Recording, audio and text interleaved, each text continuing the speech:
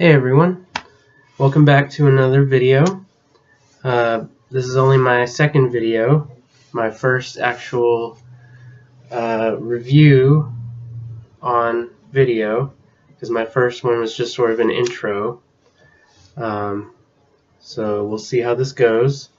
I saw the movie Ready Player One, and so I'm going to talk about that for maybe just a few minutes, because overall I really wasn't that crazy about this movie.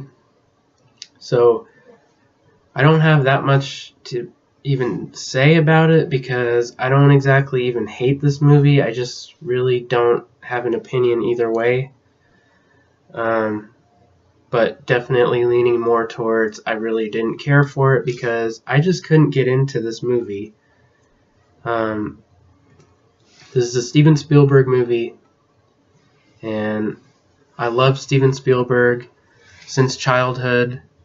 So many great movies, of course, Indiana Jones, E.T., Jurassic Park, Hook, Jaws, and even more recent stuff like Minority Report, the War of the Worlds remake.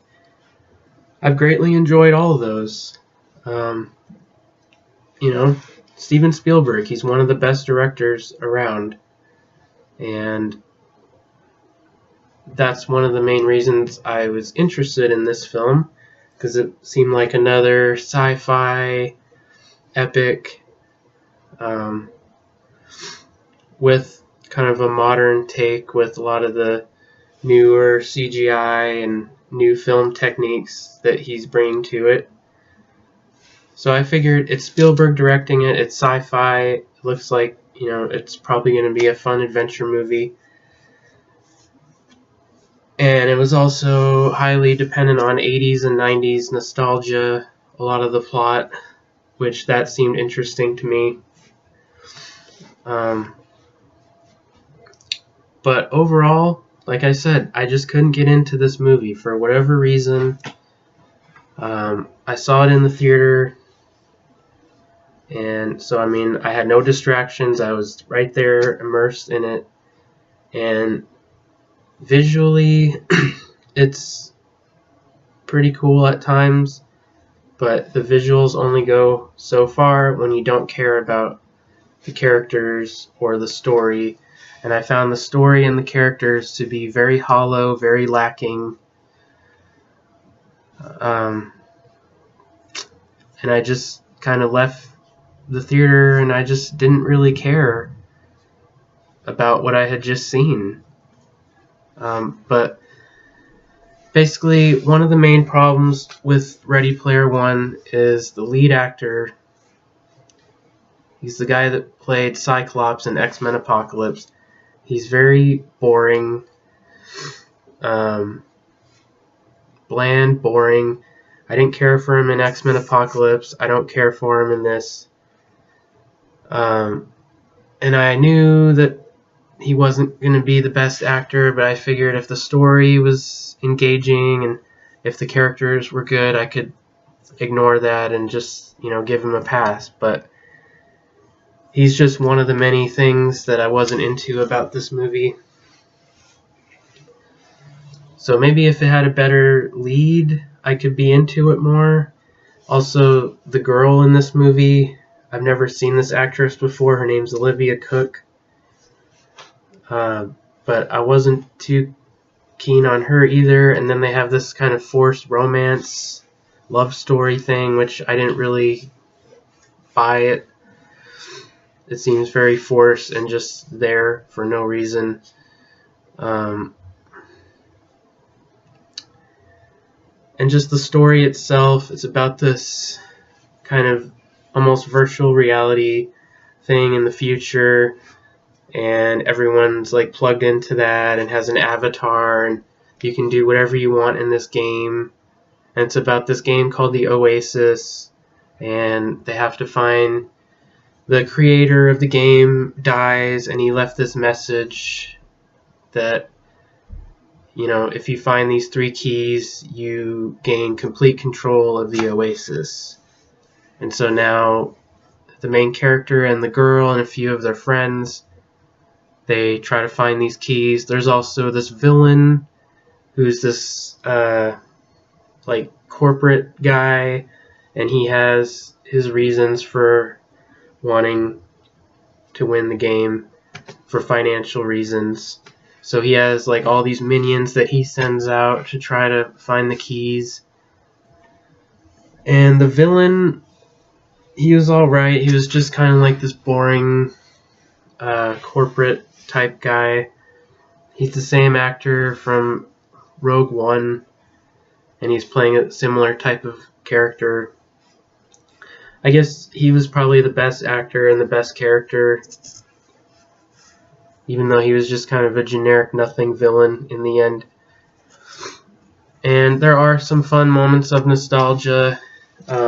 Actually, the beginning of the movie, there's this big chase with all these random vehicles, like the DeLorean from Back to the Future, the Batmobile from the Adam West Batman, and a few other like recognizable vehicles, and they're all in this bridge racing, and King Kong is above them, like chasing them around, and there's like, I think Godzilla was there, the T-Rex from Jurassic Park.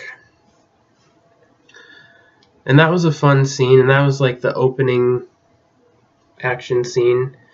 That scene was fun, and it did give me some hope in the early moments of the movie, like, okay, this might be pretty fun if there's more scenes like this. But it actually gets old pretty fast, because after a while it's just like random characters walking around.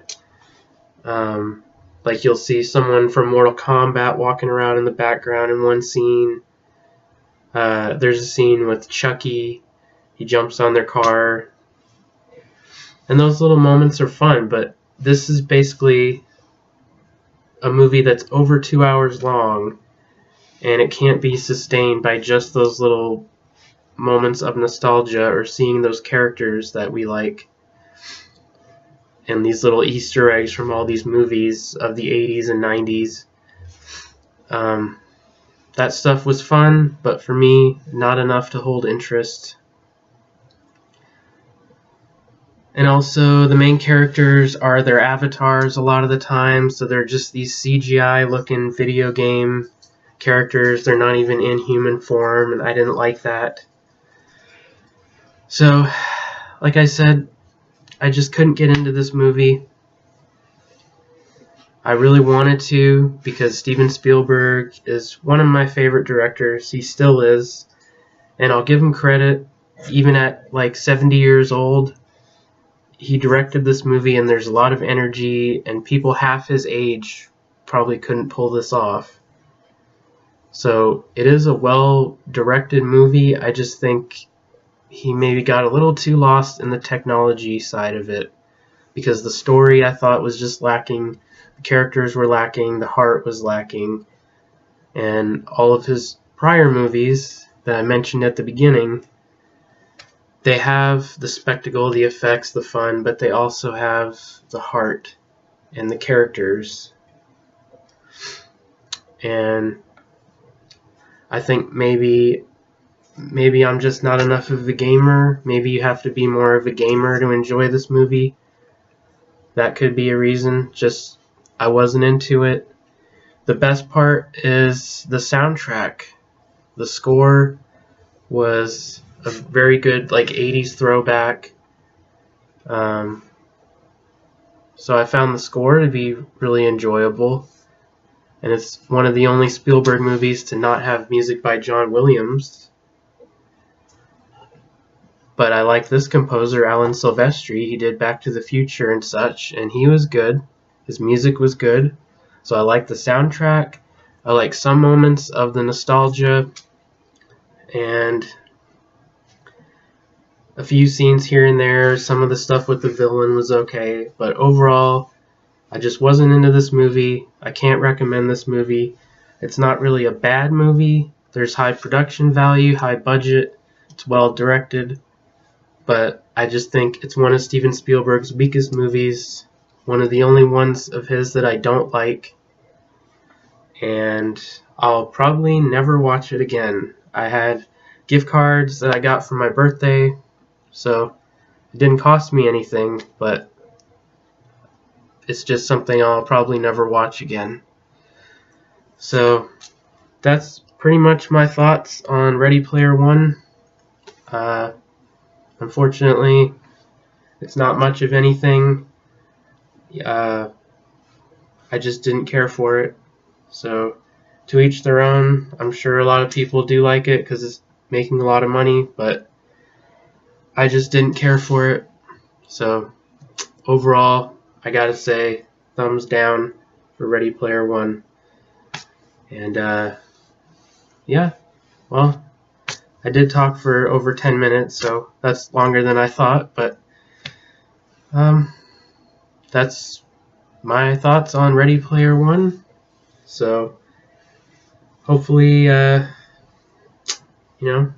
next Spielberg movie will be a return to form, because this one was a letdown. So anyway, thanks for watching, and see you next time.